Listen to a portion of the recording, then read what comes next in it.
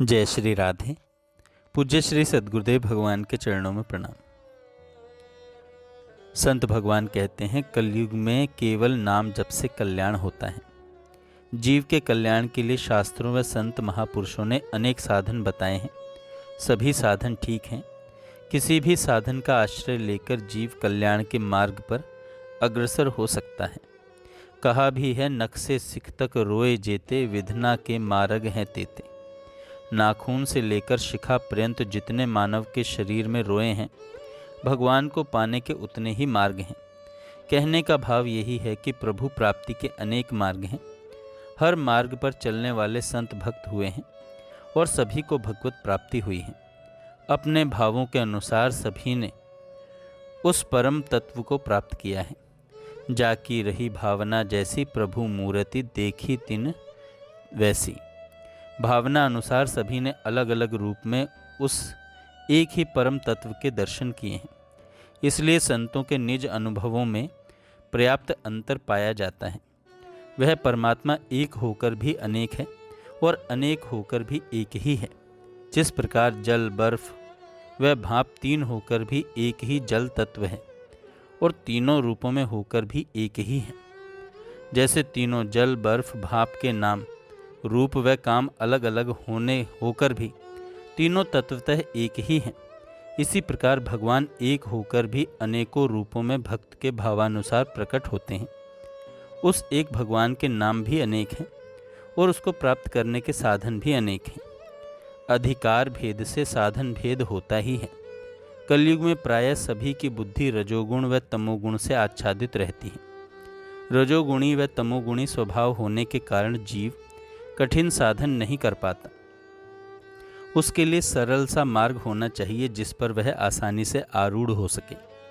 प्रभु प्राप्ति के अनेक साधनों में केवल एक ही ऐसा साधन है जिसको कलयुगी जीव सरलता से कर सकता है।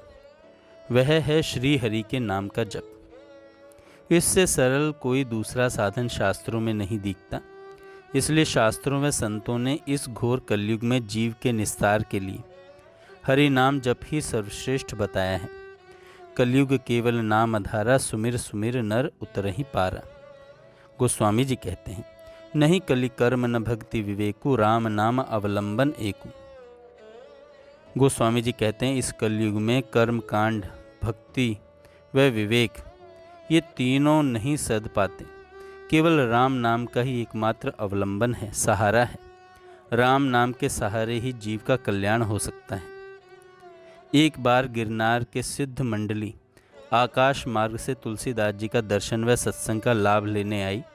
सिद्ध संतों ने श्री तुलसीदास जी से बड़ी विनम्रता पूर्वक कहा, इस घोर कलयुग में भी आपको माया व्याप्त नहीं होती।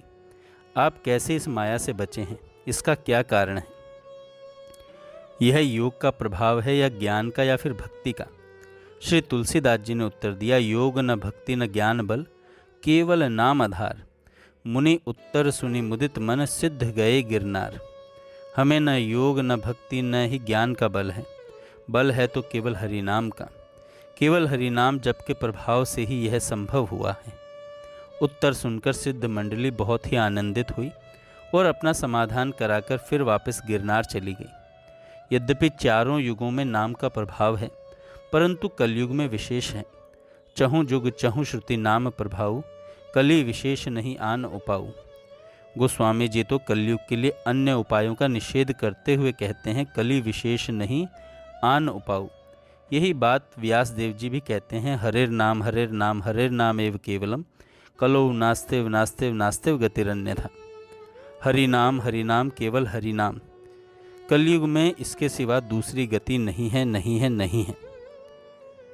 कलिर्दोष निधे राजन, नस्ति एको महान गुणा, कीर्तना देव कृष्णस्य मुक्त संगः परम ब्रजेत। राजन, कलयुग दोषों का भंडार है। इसमें यही एक महान गुण है कि इस कलयुग में श्री कृष्ण के नाम कीर्तन मात्र से मनुष्य की सारी आसक्तियाँ छूट जाती हैं और वह परम पद को प्राप्त हो जाता है।